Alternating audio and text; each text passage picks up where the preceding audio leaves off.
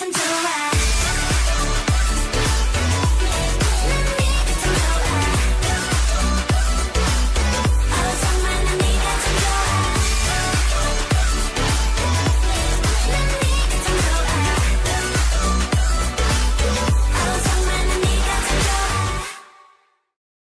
Hello there and welcome to another Unpopular K-pop opinions video. I know you all like to skip intros, but please listen. Apparently these videos gets a lot of views and sometimes I wish my other videos get this much views. Anyways, since my last video got some dislikes, I feel the need to emphasize on this disclaimer. These opinions are meant to be offensive and shady. I am so sorry if I had offended any of you. If you know that you might get really offended by some opinions, I'd rather you click off instead of watching the video and sending hate. Without further ado, let's begin. Number 1. Bighit will never be part of the big 3. Many people are saying that Bighit took YG's spot in the big 3. I know YG has lesser money than Bighit. I also know that YG has more scandals than the amount of hair on my head. But despite all that, they earned their spot in the big 3 because of the success they achieved in the past and with Blackpink.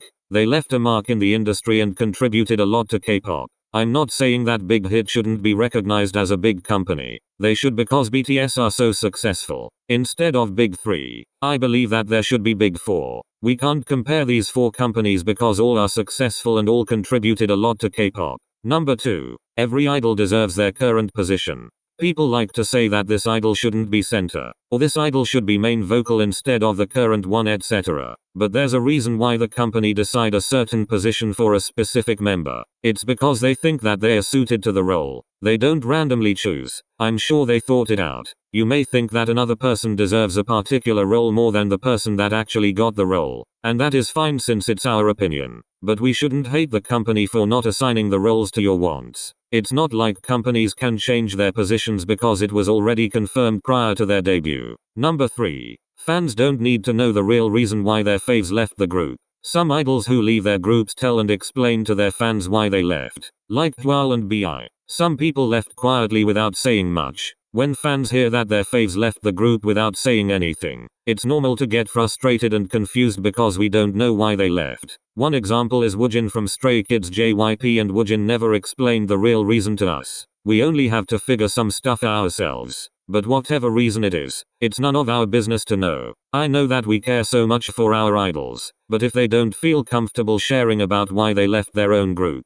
then it's best for us to respect that and not force them to tell us. Number 4. Groups are not underrated if they are rookies. Now, everyone has a different definition of underrated, but if they are rookies and they don't have many fans, it's understandable because they just started their idol career. BTS were considered underrated when they were rookies. They weren't popular until they released I Need You. These groups need time to grow. I don't know how long their contract lasts, but they will eventually become successful in the future. Number 5. NCT's concept is difficult for people not familiar with them. As an NCT Zen, it's not confusing for me, but when I first got into them, I had a hard time understanding their concept and learning all their names. It took some time, but eventually, I fully understood. We shouldn't hate on people who finds the concept confusing. It's up to them whether they want to stan NCT or not. If you aren't an NCT Zen and you want to stan them, I recommend watching actually helpful guides to NCT. You won't understand their concept immediately. If you aren't lazy, you'll eventually understand. Number 6. No group in K-pop is overrated.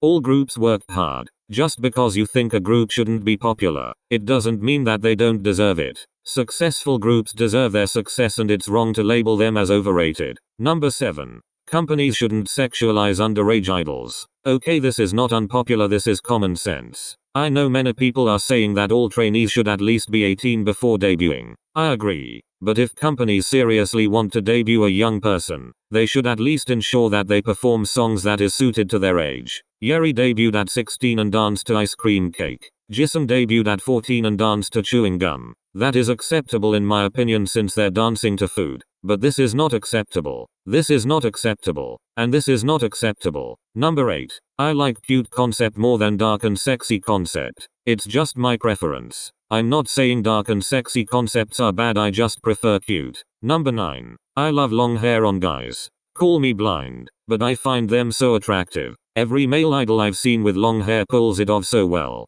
The hairier the better. It doesn't necessarily have to be female length like Jeonghan and Ren. Mullets are hot. This is hot. That is hot. Number 10. I love short hair on girls. Every female idol with short hair looks cool and cute. By short hair, I mean like boy cut. I only know a few female idols who ever tried out this hair, so I wish more females can try it out. JYP. Please bring back Jonghyun's short hair. Number 11. I don't want Mark to go back to NCT Dream. I love Dream and I know Mark loves Dream. I also love their chemistry, but he's already in 3 groups. I'm worried that he'll be overworked. Same goes to HIHI. He had to come back in March, April and May, back to back without rest. I want them to rest and not have to work even harder being in another group. As for the rest of the boys, I do want them to stay in Dream. Number 12. All fandoms have toxic fans. Don't act like BTS and Blackpink are the only groups with toxic fans. Every group has some. There may not be many, but there are surely some. I'm not saying that you are toxic. I'm saying that you should be aware that your fandom probably has some toxic fans. Number 13.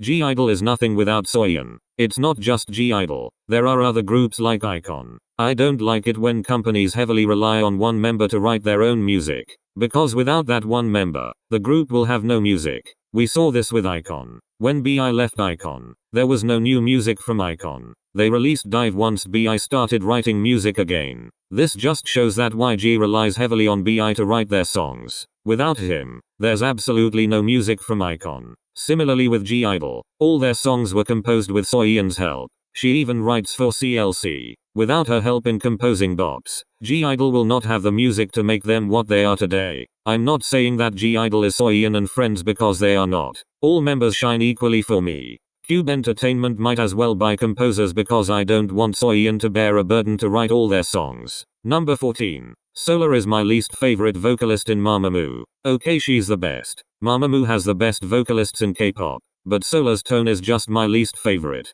Wheein has a light, gentle tone. Hwasa has a unique tone and Moonbyul has a deep voice. All 3 of them have a lovely tone which I love to listen to. Whereas for Solar, it's powerful but her tone is not really to my liking. She is the best vocal but I would rather listen to other members. All the members' vocals are unique and complement each other, and that is what I love about Mamamoo. Number 15.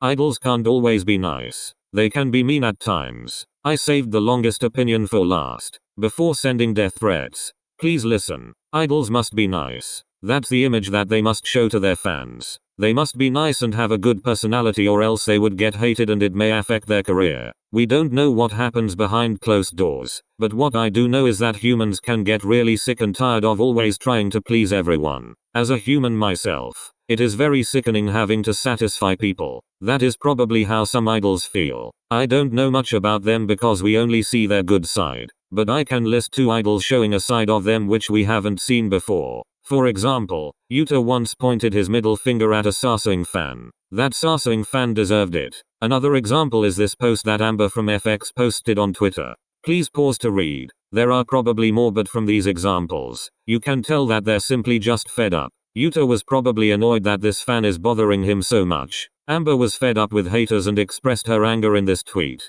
Her tweet says it all, so just read it. When idols do this, I know it's for a good reason. They get angry at people who deserve it. They can't always be nice. They have feelings and they can get angry. Now, I won't talk about racism and other stuff because that's a different story. But idols should be able to defend themselves when needed. Even if they have to seem rude, they need to stand up for what's right. Okay, you've come to the end of this video. Feel free to disagree with any of my opinions. If you disagree, just tell me in the comments why and don't send hate. Thanks for watching. Bye.